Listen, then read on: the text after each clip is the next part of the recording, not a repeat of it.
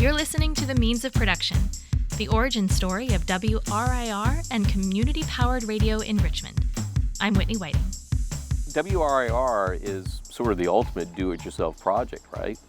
When he said, yeah, we're trying to start a station, I was like, oh, okay, so you have a studio and this is just sort of your practice space. And he's like, oh no, this is it.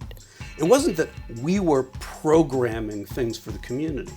It's that this was a community resource and you could come in and program it yourself.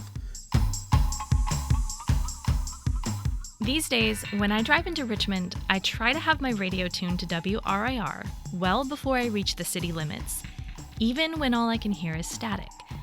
It's a new obsession, pinpointing the exact location where one signal fades out and the other signal starts to come in. When I can finally tease out the voices of RIR from run-of-the-mill commercial radio.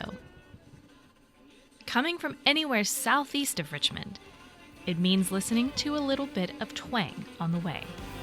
Yeah, my whole life sounds like the radio. That would be 97.3 The Eagle, a country station out of Hampton Roads. But it's not just a country station. 97.3 The Eagle is just one example of the strange alchemy of factors contributing to WRIR's remarkable existence. Remove any one of these ingredients, and WRIR may have never happened at all.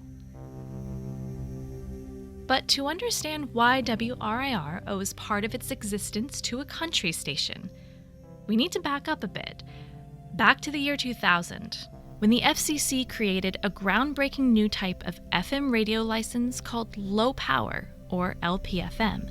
Receivers. And you have thousands of organizations who look at the web, they look at television, look at all these different ways that they can produce content, and they know that the radio is an underutilized tool that they can utilize also. So you've had this grassroots energy with all these different types of organizations. It was a monumental win for media activists across the country. Community groups could now begin applying for licenses to operate their own independent radio stations at no more than 100 watts, the amount of power in your common household light bulb.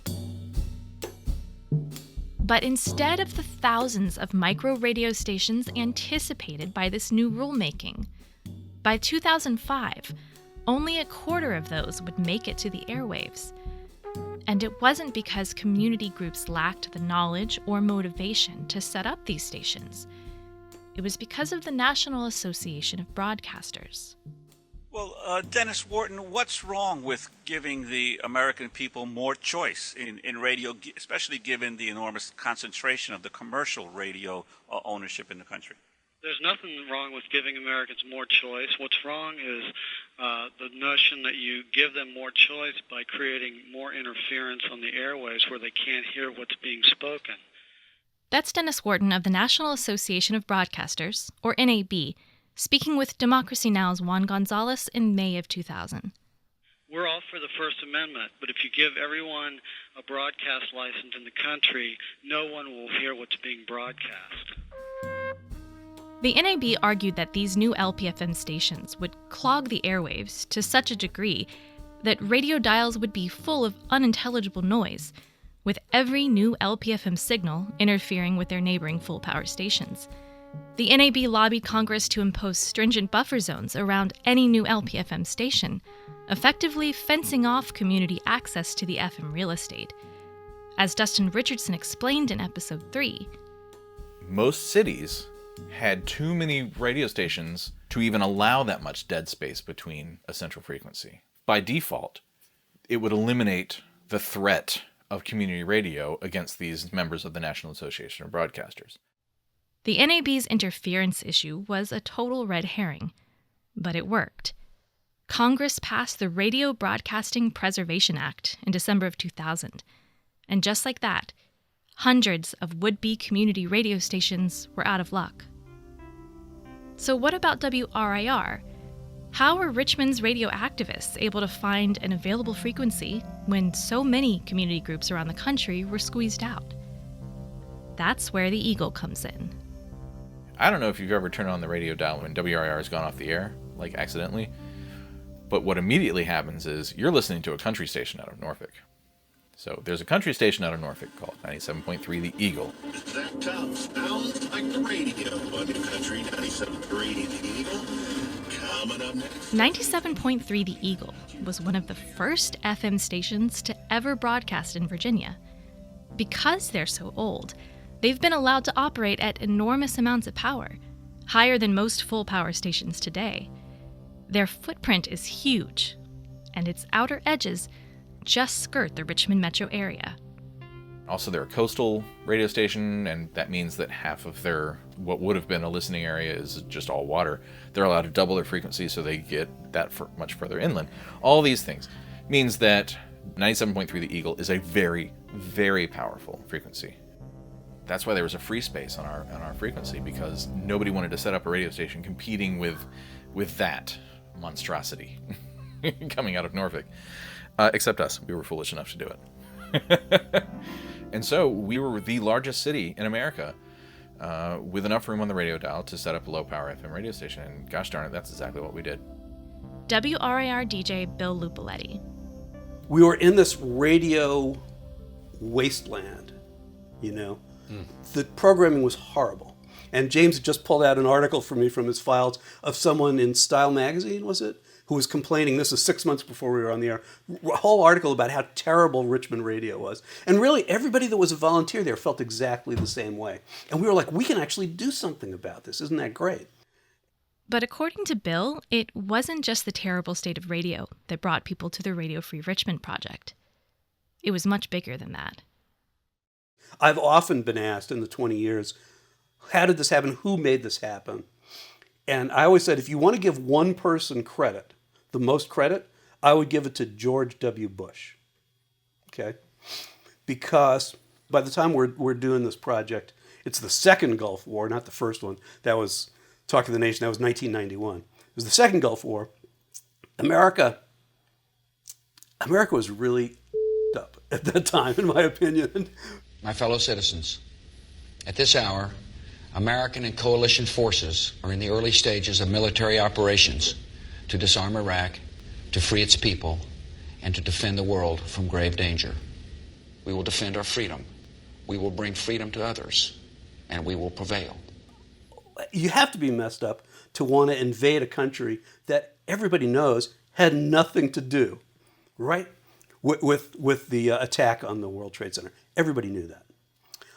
Yet we all went along with it, and it was bipartisan. It was bipartisan. And then there were people like us, and we were like, this is really wrong. And that people were really angry. They were really dissatisfied.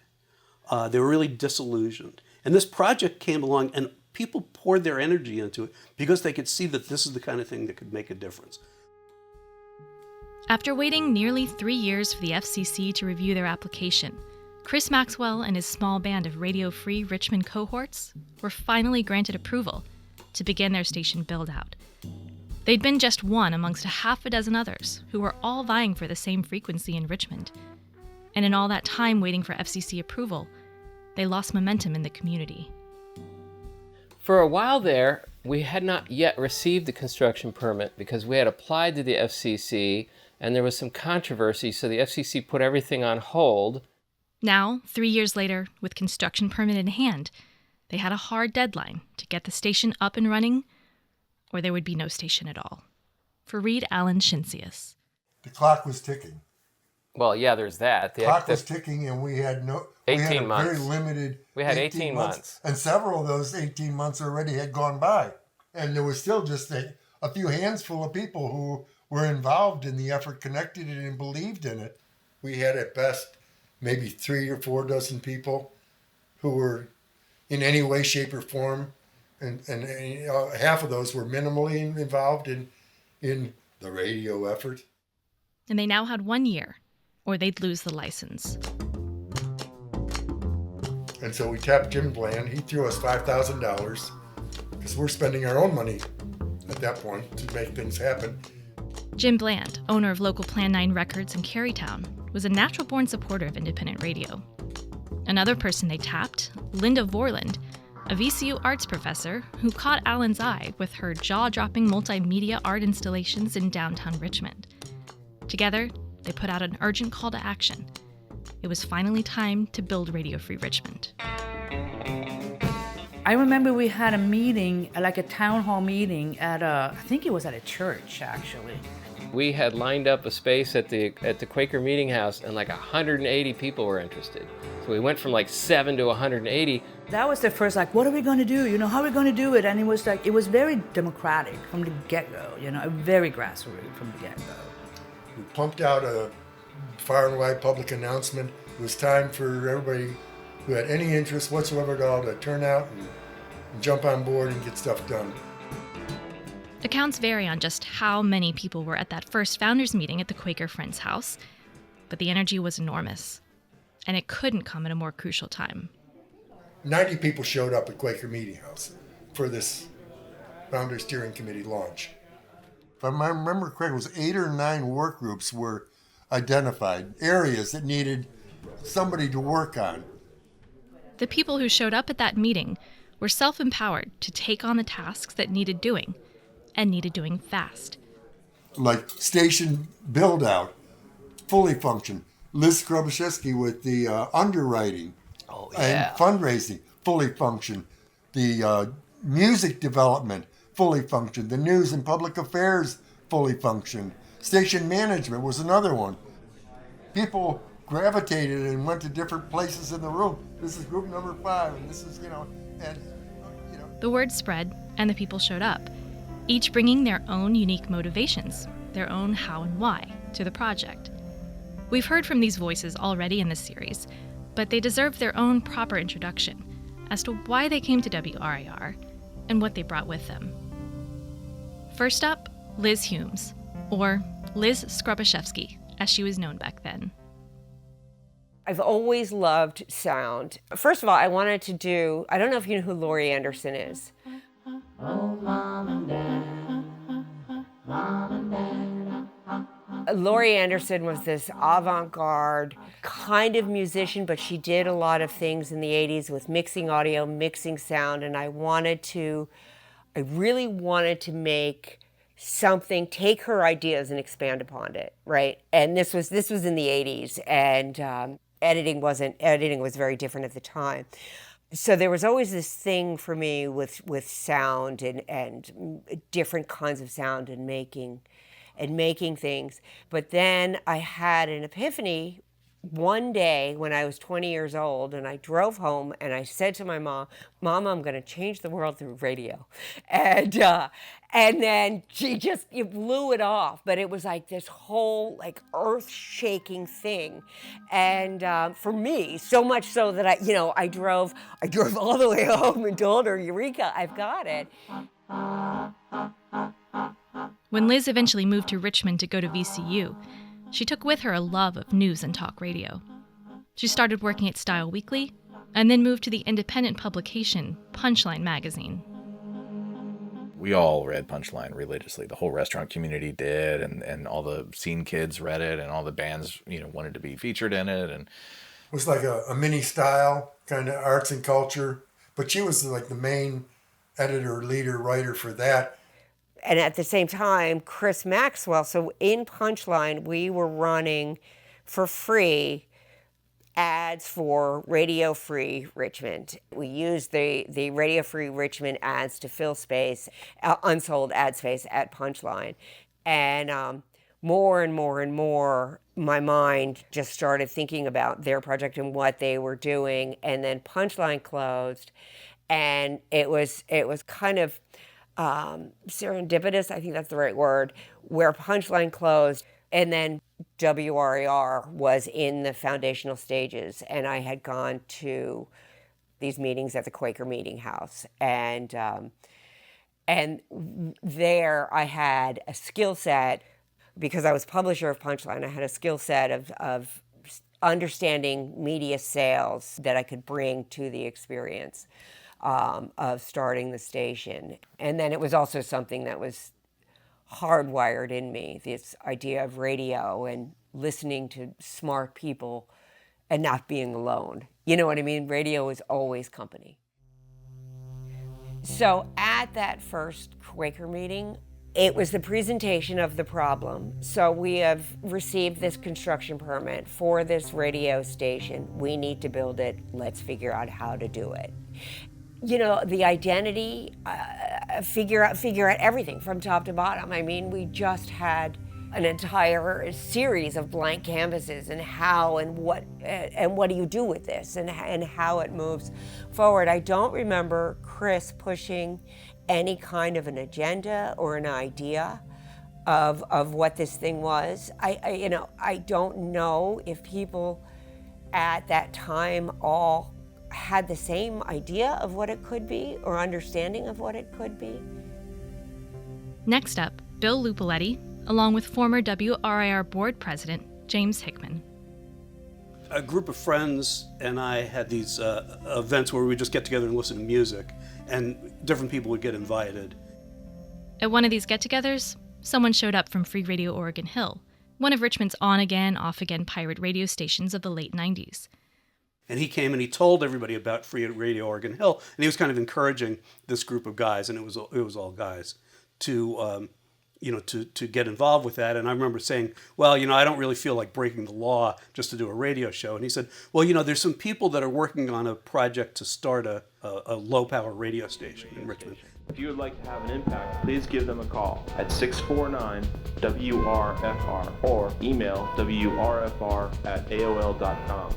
Radio Free Oregon Hill is in no way affiliated with the Radio Free Richmond project, but we support them. And I didn't know about that. I guess I knew about it from the petitions that Chris Maxwell was having people sign, but that had been going on for like 10 years. So I wasn't really thinking about that. But so that was really the first that I heard about it. And then my friend Jim Bland, who owns Plan 9 Records, also told me about it in 2003. And this must have been around the time that they had gotten the permit, the what do you call it? FCC license. That gave them 18 months to get started. Okay, now I'm interested. Tell me about it. And there were going to be some public meetings at the Richmond Friends Meeting House on Kensington Avenue. And a lot of people were at that meeting. I was and there. So you were there too. Yeah, I brought Tim Brown. I brought Michael and Melissa. Oh, yeah. Carl Helm was there. Okay. I think that was his first meeting. Mm-hmm. So that was a big deal.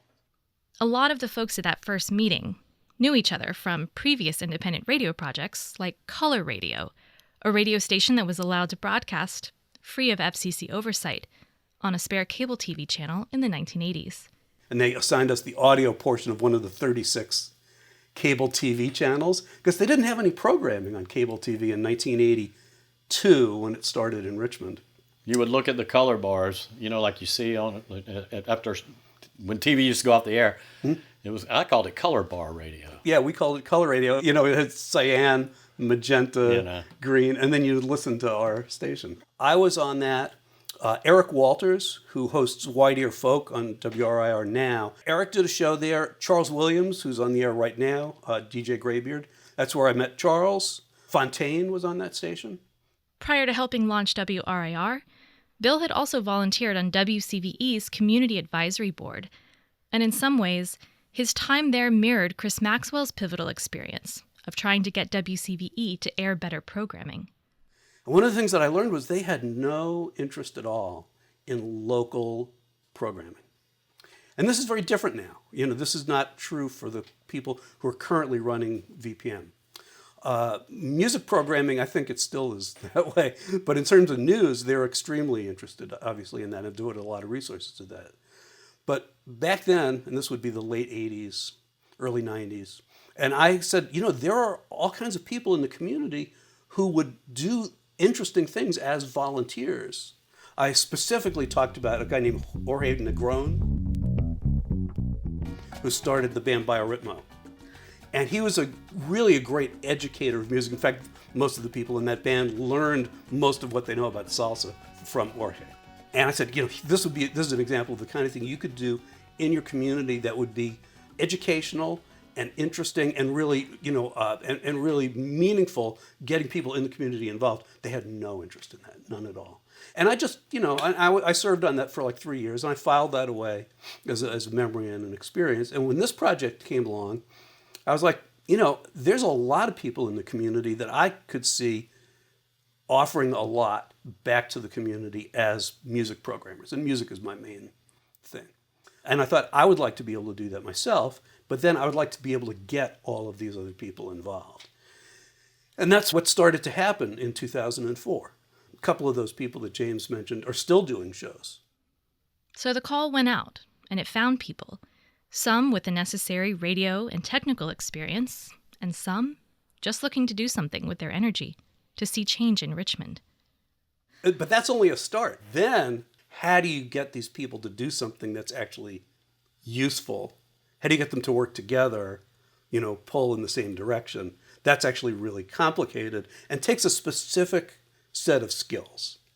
And there were a few people in that room that had those skills. And this guy is the guy who got me involved. In other words, convinced me that it was something that was worth doing beyond just doing a radio show. That was my idea. I got this idea for a radio show, and I'd like to get other people to do radio shows.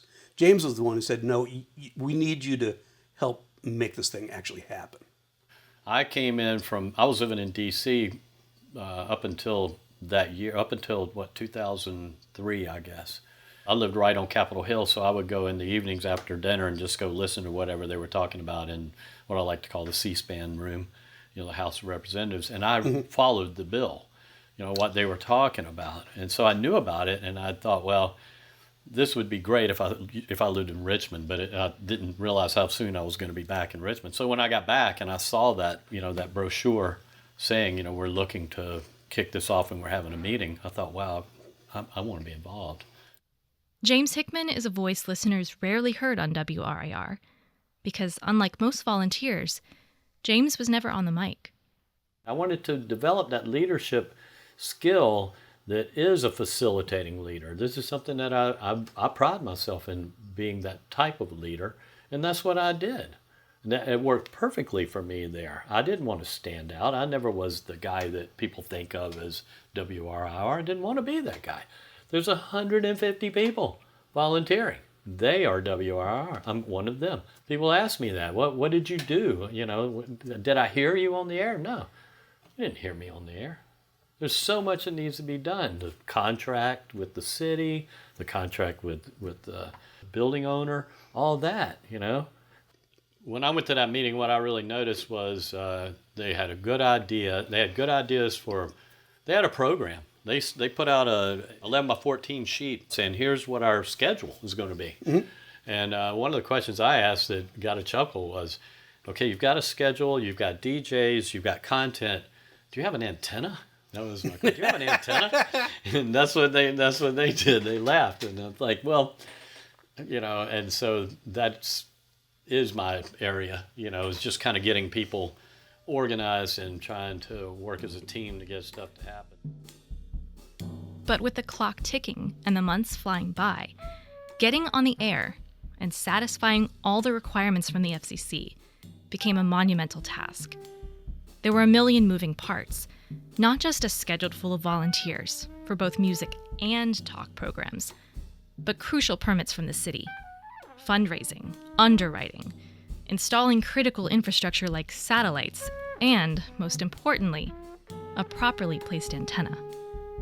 And James ended up taking on a new leadership role as the weeks went by. When did you join the board of directors? So Max asked me to be in charge of music programming, but he asked James to join the board of directors. Well, I like to tell. I would like to tell this part of the story. Okay, this for me. This is the funny thing about this project that I've noticed is that people are involved in this. I'm not going to say that I did this because I wanted better radio in Richmond, although that is exactly what I was aiming for and something that really needed to happen. But a lot of this was really growth for me. And I think that a lot of people that work at WRIR are growing personally, and that's the motivator. And I look back when I'm reading all this and I look at how the growth that I had some pretty good skills at project management. I wouldn't say that I'd ever been in any kind of leadership role to make something happen like this. But I saw their weaknesses in that everybody had some good ideas, but it wasn't congealed and it didn't have dates and that. So I did I went to the station. I offered to do this, and I set up a meeting at WRIR, and about 15 people showed up, and I said that I was, in my memos there, where I wrote down saying, I'm going to help you understand the milestone events that need to occur and get some timing in it and some responsibilities of, to make this happen. And I wore a tie, and I had a flip chart and some markers, and I wanted to look real professional.